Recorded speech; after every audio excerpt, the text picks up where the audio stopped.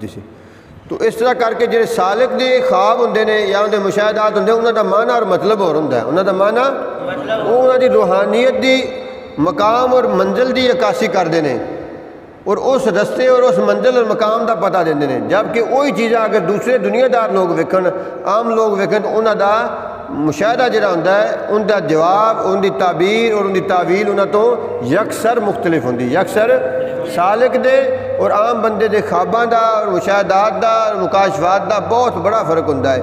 ان دیاں گلاں دی تعویل اور تعبیر عام آدمی دی جڑی ہے وہ دنیاوی مقامات اور دنیاوی مقاصد نال متعلق ہوندی ہے اور سالک جڑا ہوندا ہے سلوک طے کرنے والا درویش جڑا ہوندا ہے سبق حاصل کرنے والا اپنے شیخ تو مبتدی یعنی ابتدا والا متوسط یعنی درمیان والا منتہی یعنی آخر والا انہاں دے ساریاں دے مقامات دا اور انہاں ساریاں دے مکاشفات دا آپس فرق ہوندا ہے. ایک تے دنیا دار اور سالک دے مکاشفات اور خواباں دا اور رویا دا فرق ہوندا ہے یکسر مختلف ہوندے نے. وہ ان دے مقام و مرتبے اور منزل دا پتہ دیندے نے اور ان دے دنیاوی جاہ و منصب دا پتہ دیندے نے. اور دوسرے نمبر تے انہاں وچ بھی 3 درجے نے. ایک مبتدی ہے ایک متوسط ہے ایک منتہی ہے. ایک مبتدی ہے یعنی ابتدا والا, ایک متوسط ہے جڑا درمیان والا, تیسرا منتہی ہے جڑا آخر والا ہے. انہاں تیناں دے جڑے نا خواب اور مکاشفات اور جڑے انہاں دے رویا نے انہاں دا آپس فرق ہوندا ہے. مبتدی ویکھے تو انہاں ہور مطلب ہے, متوسط ویکھے تو انہاں ہور مطلب ہے, منتہی ویکھے تو انہاں ہور مطلب ہے. یہ تینوں گلاں آپس دے وچ مختلف نے, آپس دے وچ مختلف نے. لہذا حضرت نے فرمایا کہ اس دائرے دا مکمل ہو جانا اور تانوں چند دا نظر آنا اس گل دی علامت ہے کہ دائرہ ولایت کبریٰ دا دائرہ اولا جڑا ہے ان دا فیض مکمل ہو گیا, ان دا فیض مکمل ہو گیا ہے. یہ نظر آمدا ہے مکمل چند بدر دی صورت ہے. بدر دی کیڑی صورت نظر آندا ہے؟ بدر کنوں کہندے نے؟ 14ویں چند نوں. کنوں کہندے نے؟ 14ویں چند نوں جڑا پورا اپنی آب و تاب دے نال چمک رہا ہوندا ہے. اپنی آب و تاب دے نال چمک رہا ہوندا ہے, انہوں بدر آکھیا جاندا ہے. انہوں کی آکھیا جاندا ہے؟ بدر آکھیا جاندا ہے.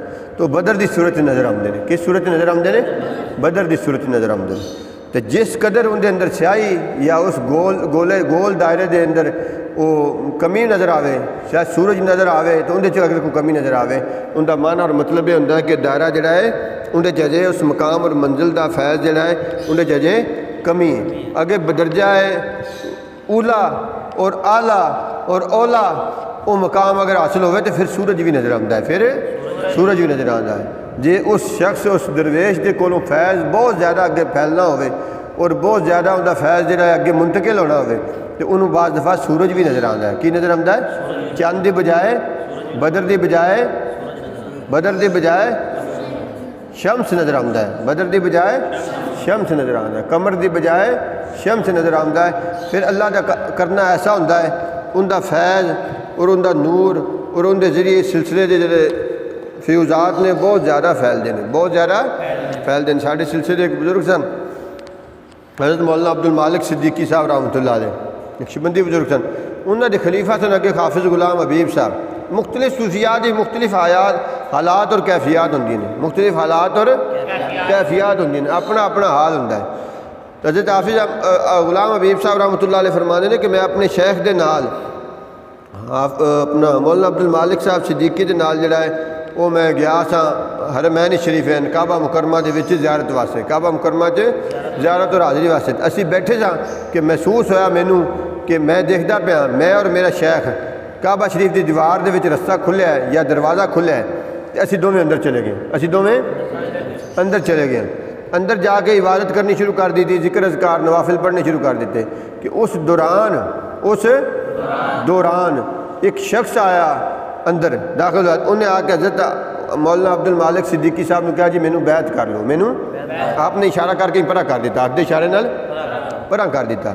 تے پھر انہوں نے حافظ غلام حبیب صاحب جڑے کہ خلیفہ سن انہوں نے عبد المالک صدیقی صاحب نے, انہوں نے کہا کہ تسی مینوں بیعت کر لو, تسی مینوں بیعت کر لو, سلسلے شامل کر لو. سلسلے انہوں نے کہا کہ یہ بندہ بیعت ہونا چاہتا ہے, یہ بندہ بیعت ہونا چاہتا ہے, سلسلے شامل ہونا چاہتا ہے, مبارک جگہ ہے, مقدس مقام ہے.